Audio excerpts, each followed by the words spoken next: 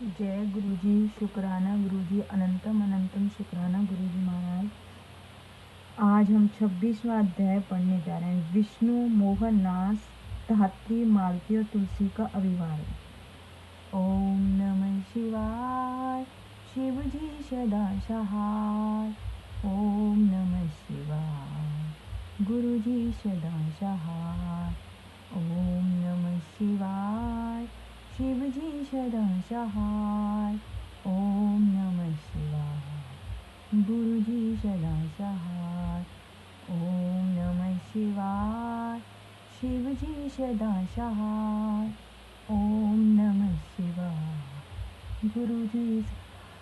जय गुरु जी, शुक्राना गुरु जी, अनंतम अनंतम शुक्र। व्यास जी बोले, हे ब्रह्मा जी के पुत्र, आप अब कृपा करके मुझे यह बतलाइए कि वृंदा को मोहित कर विष्णु जी ने क्या किया, फिर वे कहाँ गए।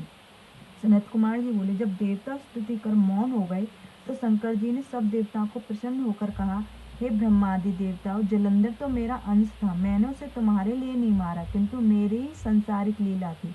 फिर भी आप लोग यह सत्य कहिए कि इससे सुखी हुए या नहीं। तब तो ब्रह्मादि देवताओं के नेत्र हर्ष से खिल गए।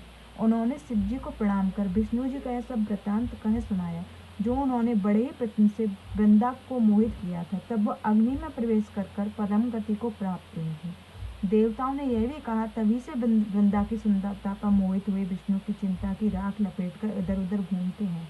अतः आप उन्हें समझाइए, क्योंकि वो प्राकृतिक सारा चराचर आपके अधीन है।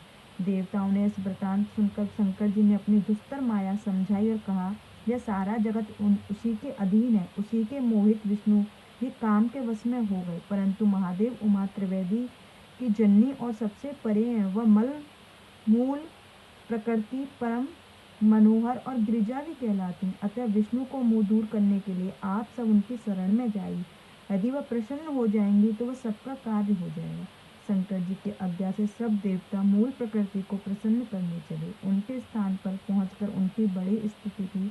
तब यह आकाशवाणी हुई, हे देवताओं, मैं ही तीनों प्रकार के गुणों में पृथक होकर स्थित हूँ। सत्य गुण से गौरी, रजोगुण से लक्ष्मी और तमोगुण से ज्योति रूपा हूँ। अतः अब आप लोग मेरी आज्ञा से यदि सादर उन देवियों के पास जाओ, वे सारे तुम्हारे मनोरथ पूर्ण कर देंगे। यह वाणी सुनकर देवताओं के नेत्र खुल गए। वे भगवती के वाक्यों का आदर करते हुए गौरी, लक्ष्मी, सरस्वती को प्रणाम करने लगे। सब देवता भक्ति पूर्वक उन सब देवियों को प्रार्थना कर उनकी स्तुतियों से देवियां प्रकट हो गईं। देवताओं ने प्रसन्न होकर भक्ति पूर्वक अपना कार्य निवेदन किया। देवियों ने कुछ बीज देकर कहा, इसे ले जाकर बो दो, तुम्हारे सब कार्य सिद्ध हो जाएंगे।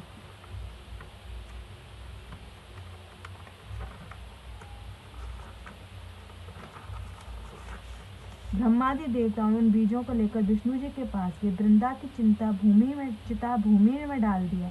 उसे धात्री, मालती और तुलसी प्रकट हुई। विद्यार्थी के बीज से धात्री और लक्ष्मी जी के बीज से मालती और गौरी के बीज से तुलसी प्रकट हुई। विष्णु जी ज्यों ही उन स्त्री रूप वाली वनस्पतियों को देखा कि वो उठ बैठे, काम चित्त से मोहित हुए उनसे याचना करने लगे। धात्री और तुलसी ने उनसे प्रीति की कि विष्णु जी सारा दुख भूलो, देवताओं से नमस्कृत हो अपने लोक वैकुंठ में चले जाओ। अब उन्हें पूर्वत सुखी हो शंकर जी का स्मरण करने लगी। अब ये आख्यान शिव जी की भक्ति देने वाला तथा लोक में परलोक सदगति प्राप्त करने वाला। इति शिव महापुराण पंचम युद्ध खंड का 26वां अध्याय समाप्त। जय गुरु जी, शुक्राना गुरु।